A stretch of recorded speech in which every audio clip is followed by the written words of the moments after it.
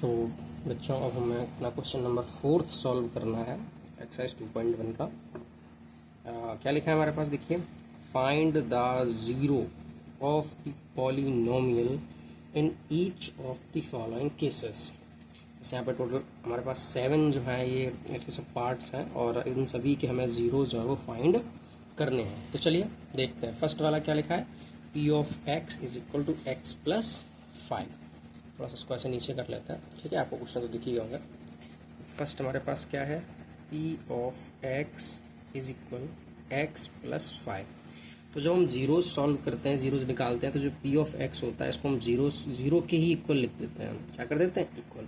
तो इसको जीरो के करके क्या लिखेंगे, zero is equal x plus 5 transpose to the क्या, लेफ्ट साइड। 5 को जब इधर लेफ्ट साइड ट्रांसपोज कर दोगे तो माइनस के 5 हो जाएगा एक्स, यानी एक्स इज इक्वल टू क्या आ गया, माइनस के 5 आ गया।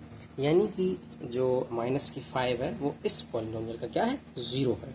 सेकंड अगर हम सॉल्व करते हैं तो सेकंड क्या है हमारे पास, P of x is equal to 2x plus 5, ठीक है, 2x प्लस 5। तो सेम टू सेम ऐसे ही होगा, p of x is equal to 0, तो इसकी जगह क्या रख दोगे, 0 इज इक्वल 2x प्लस 5 को इधर ट्रांसपोज करो तो माइनस के 5, 2 यहाँ पर मल्टीप्लाई में तो अपॉन में आ जाएगा, माइनस के 5/2 इज इक्वल टू एक्स। इसको ऐसे भी लिख सकते हो, x इज इक्वल माइनस के 5/2, ठीक है। आगे हम थर्ड की बात करते हैं। जरा देख लीजिए थर्ड वाला क्या लिखा है, p of x is equal to 3x। अब आपको सभी क्वेश्चन दिख गए होंगे इसके, हम सॉल्व करते हैं, ठीक है।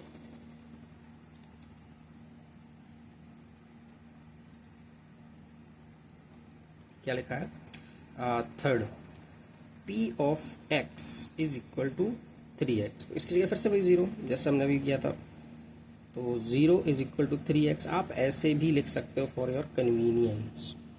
x इज इक्वल टू 0 हो जाएगा, यानी इज x जो 3x है इसके लिए क्या, जो इसका जो 0 होगा वो क्या होगा, वो 0 होगा। फिर बात करते हैं अगर फोर्थ की, तो फोर्थ है p of x is equal to x minus 5। Same to same इसकी जगह 0, p x is equal to 0, तो 0 is equal to x minus 5, x minus 5 is equal to 0। Same thing है, 5 जो है वो अभी इसका है, नेगेटिव का है। जब 5 को ट्रांसपोज किया जाएगा राइट साइड में तो इसके साइन चेंज हो जाएंगे।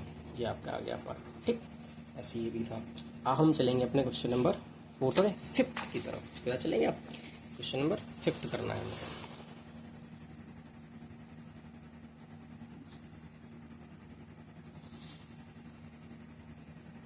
फिफ्थ हमारे पास है p of x is equal to 3x। Same to same इसी जगह 0, तो 0 is equal to 3x is equal to 0। तो ये क्या हो गया, x इज इक्वल टू 0। यहाँ 3 क्या है, मल्टीप्लाई में यहाँ पहुँचेगा डिवाइड में, तो 0 हो जाएगा। फिर 6th आता है हमारा, 6 क्या है, p of x is equal to ax। यहाँ पर a is not equal to 0, जो a है वो 0 के इक्वल नहीं है, 0 से बड़ा हो सकता है, छोटा भी हो सकता है, बट 0 नहीं है हमारा।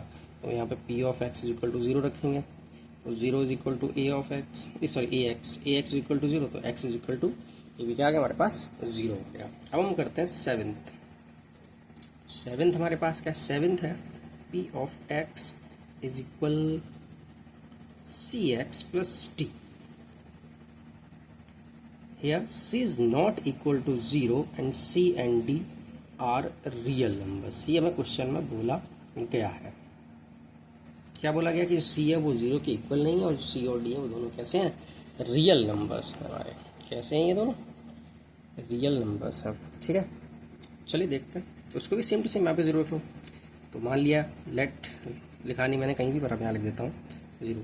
तो 0 is equal to c x plus d, c x plus d is equal to 0। D को ट्रांसपोज करो राइट साइड तो माइनस डी हो गया, और ये c इसके अपॉन हो जाएगा, d अपॉन c। तो ये हमारा जो है वो क्वेश्चन नंबर 4 सॉल्व हो गया। अब हम क्वेश्चन नंबर 5th सॉल्व करेंगे।